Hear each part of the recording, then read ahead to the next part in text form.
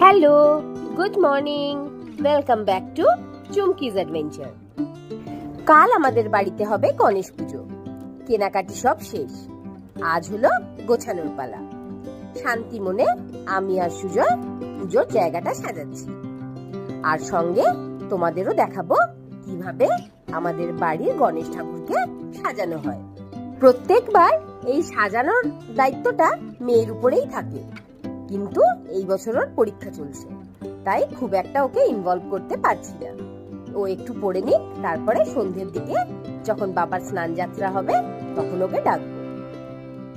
আজ আমার ঘরটা পুরো পুজোর আনন্দে ভরে উঠেছে। আমার ইউটিউব আর ফেসবুকের এক্সটেন্ডেড ফ্যামিলিকে জানাই শুভ গণেশ চতুর্থী। চলো তাহলে আজকের ব্লগটা শুরু করা যাক। স্নান করে ধুতি পরে আমার ঘরের পুরোহিত মশাই একেবারে রেডি।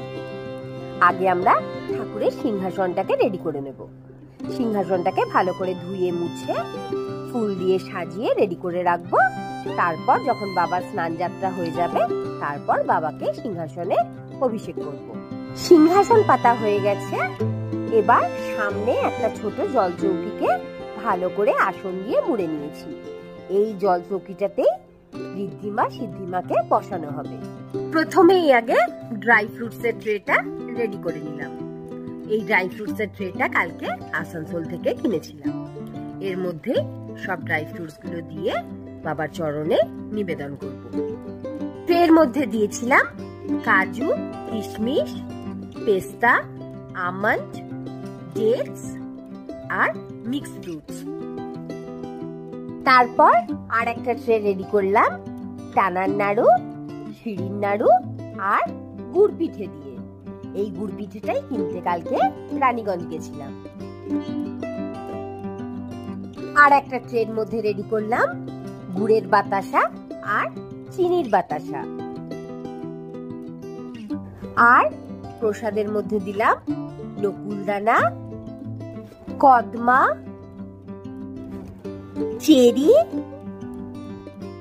আর আমসত্ত্ব।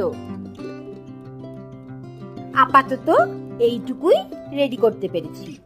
এবার যাব ফুলের মালা, কালকে যেটা অর্ডার দিয়ে রেখেছিলাম সেটা আনতে। ফুল আনার পর তারপর সিংহাসন সাজানো হবে, তারপর হবে বাবার অভিষেক। চলো তাহলে ফুলের মালাগুলো নিয়ে আসি। চলে এসেছি ফুলের দোকানে, নিয়ে নেব অর্ডার দিয়ে রাখা মালাগুলো।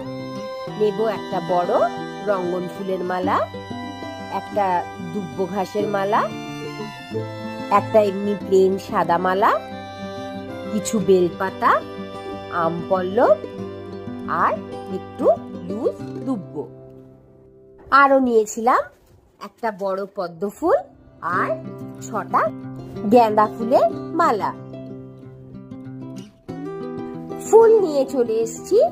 ঠাকুর মশাই স্নান করে ধুতি পরে আবার রেডি। এবার সাজাবো সিংহাসন। খুব মনোযোগ দিয়ে চলছে সিংহাসন সাজানোর কাজ। বড্ড মিস করছি আমার মেয়েটাকে। এই সব কাজ ও করতে ভীষণ ভালোবাসে, আর ওই সাধারণত করে এগুলো, কিন্তু আজকে ওকে কিছুতেই ইনভলভ করতে পারছি না। সাজানোর পর মোটামুটি সিংহাসনটা এরকমই দাঁড়িয়েছে। কেমন লাগছে সাজানোটা অবশ্যই আমাকে জানিও। এবার বাবার স্নান যাত্রার পালা। রেডি করে নিয়েছি একটা থালা, আর সুজয় এবার বাবাকে স্নান করাবে। এসো তোমরাও আমার সঙ্গে বাবার স্নান যাত্রায় শামিল হও। যে গামলাটার মধ্যে বাবাকে চান করানো হবে, প্রথমে সেই গামলাটাকে রেডি করে নিতে হবে। সেই গামলাটার মধ্যে প্রথমেই দিয়ে দিলাম আতপ চাল, দিলাম ফুলের পাপড়ি, একটু দুব্ব দিয়ে ছিটিয়ে নিলাম গঙ্গা জল। তারপর বাবাকে গামলার মধ্যে বসানো হলো। এবার শুরু হবে বাবার স্নান যাত্রা। প্রথমে বাবাকে স্নান করানো হচ্ছে গঙ্গা জল দিয়ে। গঙ্গা জলের পর বাবাকে এবার দুধ দিয়ে স্নান করানো হচ্ছে। দুধ স্নানের পর বাবাকে ভালো করে দই মাখানো হচ্ছে। এবার হচ্ছে দই দিয়ে স্নান। এবার বাবার গায়ে ভালো করে ঘি লাগানো হচ্ছে। সবার শেষে দেওয়া হচ্ছে মধু। এবার বাবার পঞ্চামৃত স্নান শেষ। এবার প্লেন জলে বাবাকে ভালো করে স্নান করানো হচ্ছে। পঞ্চামৃতটা এখন বাবার চরণামৃত হয়ে গেছে। এটা আমরা সবাই প্রসাদ হিসেবে গ্রহণ করব, তাই জন্য চরণামৃতর থালাটা তুলে নিলাম। এবার পঞ্চামৃতর পর বাবাকে স্নান করানো হচ্ছে চন্দন জল দিয়ে। চন্দন গুলে জলটাকে রেডি করেছি। চন্দন জলের পর বাবাকে দেওয়া হচ্ছে হলুদ জল। হলুদ গুলে জলটাকে রেডি করে সেই জলে বাবাকে স্নান করানো হচ্ছে। আর সবার শেষে দেওয়া হচ্ছে কুমকুম জল। সিঁদুর গুলে জলটাকে রেডি করে সেই জলটা দিয়ে বাবার স্নান। তারপর ভালো করে নরমাল জলে স্নান করিয়ে সব ভালো করে ধুয়ে যাওয়ার পর বাবাকে দেওয়া হচ্ছে চিনি। স্নান শেষ।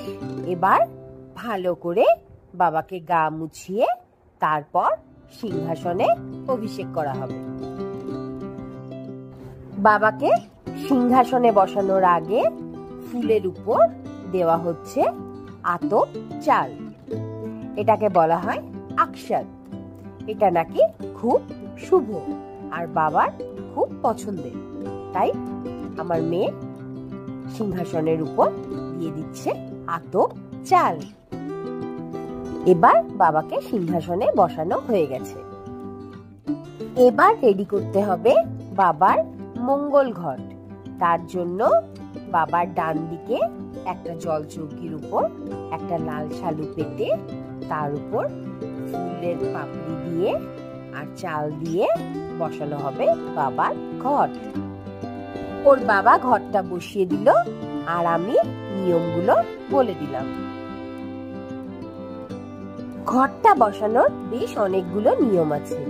প্রথমেই ঘটের গায়ে বেঁধে নিতে হবে লাল হলুদ দড়ি। ঘটের মধ্যে গঙ্গা জল আর এমনি নরমাল জল আগে থেকেই নেওয়া ছিল। তার মধ্যে দিয়ে দিলাম একটা গোটা হলুদ, দিলাম একটা গোটা সুপারি, একটা ফুল, একটা 1 টাকার কয়েন, অল্প চাল, দুব্ব, সিঁদুরের ফোঁটা দিয়ে আম পল্লবটা রেডি করে নিয়েছিলাম। ঘটের মধ্যে দেব সেই আম পল্লবটা। লাস্টে একটা শুকনো নারকেলকে ভালো করে লাল হলুদ ডোর দিয়ে বেঁধে তারপর আম পল্লবের উপর ঘটের উপর দিতে হবে। আমার এই ঘট বিসর্জন হয় না, এই ঘরটা আমার 1 বছর থাকবে। সেই জন্য এই ঘরটাকে আমি ভালোভাবে সবকিছু দিয়ে রেডি করে সারা বছর গণেশ ঠাকুরের পাশে এইভাবেই রেখে দিই। ঠিক এইভাবে নারকেলটা ঘটের উপর বসাতে হবে। ঘটের গায়ে একটা স্বস্তিক চিহ্ন দিতে হবে, সেটা আমার মেয়ে একটু পরে দিয়ে দেবে। ঘটের সামনে রাখলাম একটা গোটা পান আর একটা গোটা সুপারি। ঘটের চারপাশটা একটু ফুল দিয়ে সাজিয়ে দিলাম। আমার মঙ্গল ঘট রেডি। এবার বাবাকে ধুতি পরিয়ে সাজানো হলো। বলো তো কেমন লাগছে আমার গণেশ ঠাকুরকে? বস্ত্রদানের পর এবার বাবার মাল্যদান হবে। প্রথমেই কালকে যে মালাটা কিনেছিলাম সেই মালাটা বাবাকে পরানো হলো। তারপর পরানো হলো বাবার সব থেকে পছন্দের দুব্ব ঘাসের মালা। গণেশ ঠাকুরের লাল ফুল ভীষণ পছন্দের, তাই প্রত্যেক বছরই আমি বাবাকে চেষ্টা করি একটা করে লাল রঙ্গন ফুলের মালা দিতে। বাবার মুটুকটায় দিলাম সাদা ফুলের মালা। একদম রাজকীয়ভাবে সাজানো হলো আমার ঘরের গণেশ ঠাকুর। এবার বাবার সামনে বসানো হলো ঋদ্ধিমা সিদ্ধিমাকে, একদিকে ঋদ্ধিমা আর একদিকে সিদ্ধিমা। এরপর বাবাকে পৈতে দান করা হলো। বাবার মাথায় দেওয়া হলো ময়ূর পুচ্ছ।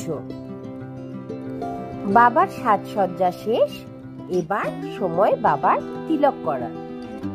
প্রথমে বাবাকে চন্দনের তিলক পরানো হবে, তারপর হলুদের তিলক, আর সবার শেষে সিঁদুরের তিলক দিয়ে বাবার সাজসজ্জা সম্পূর্ণ করা হবে। গণেশ ঠাকুর সিঁদুর ভীষণ পছন্দ করেন, তাই বাবার সিংহাসনের উপর থেকে ছিটিয়ে দিলাম একটু সিঁদুর। নতুন বস্ত্রের উপর দিয়ে দিলাম একটু আতর। বাবা আতরের গন্ধ ভীষণ পছন্দ করেন। এবার বাবাকে নিবেদন করা হবে ভোগ, শুকনো নারকেল আর গুড়। এটা বাবার সব থেকে প্রিয় খাবার। প্রথমে বাবাকে সেই ভোগটাই নিবেদন করা হবে। নিবেদন করা হলো ফল ভোগ।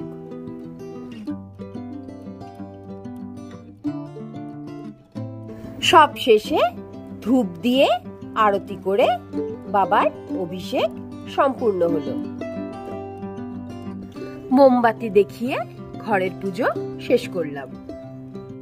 মেয়েকে ডাকলাম একটু ঠাকুরের ঘটের জায়গাটায় আলপনা করে দেওয়ার জন্য। এটা মেন পুজোর ঘট, এই জায়গাটাতে একটু আলপনা করে ওর বাবা রাত্রে ঘরটা রেডি করে দেবে। হিন্দু শাস্ত্র মতে যেভাবে আমাদের পুজোর ঘট রেডি করা হয়, সেইভাবে ওর বাবা ঘরটা রাত্রেই রেডি করে রাখলো। কালকে বেশ অনেকটা কাজই এগিয়ে রাখলাম। কালকে সকালে উঠেই স্নান করে আমি ভোগে বসবো, আর সুজয় মিষ্টান্ন ভোগটা আনতে যাবে। যাই হোক, আজকের ভিডিওটা তাহলে এখানেই শেষ করছি। ব্লগটা কেমন লাগলো অবশ্যই জানিও। ভালো লাগলে একটা লাইক, শেয়ার, কমেন্ট করো। আর হ্যাঁ, সাবস্ক্রাইব আর বেল আইকনটা প্রেস করতে ভুলো না কিন্তু। Till then, tata. খুব তাড়াতাড়ি দেখা হবে আবার একটা নতুন ব্লগে।